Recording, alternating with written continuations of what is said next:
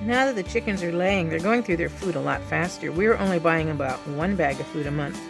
Now it's closer to 2, and I'm out of food. So I have to run out and get them some food today, but I didn't want them to go without breakfast, so I made this little, we'll call it a chicken salad.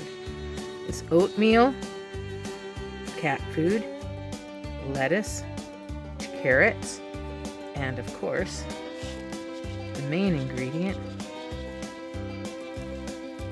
mealworms. And here they come. Let's see if they like it.